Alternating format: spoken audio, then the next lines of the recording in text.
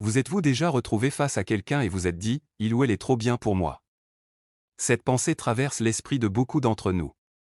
Que ce soit à cause de son apparence, de son statut social ou de sa réussite, on se met à croire qu'une telle personne est hors de portée.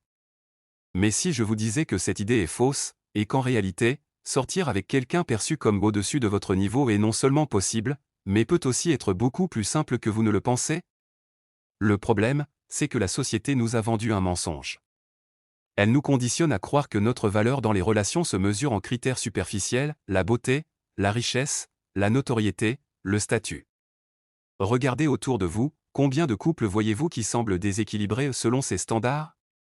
Un homme ordinaire avec une femme sublime.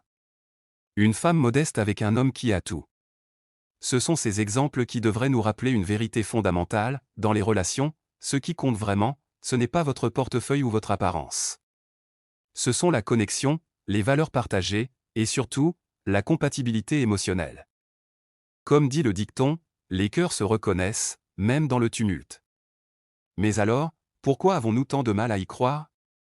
Pourquoi nous enfermons-nous dans l'idée qu'une personne est trop bien pour nous? La réponse est simple, le manque de confiance en soi.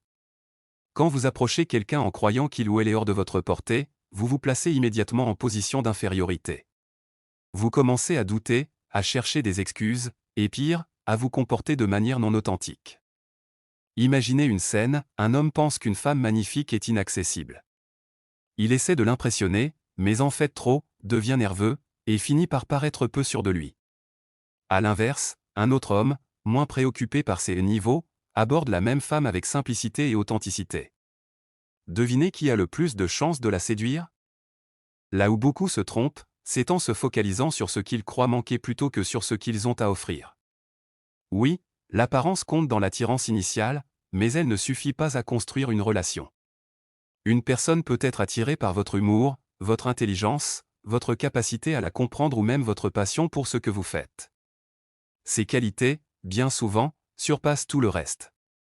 Et voici une vérité brutale mais libératrice, la plupart des gens sont bien plus préoccupés par leurs propres insécurités que par vos prétendus défauts.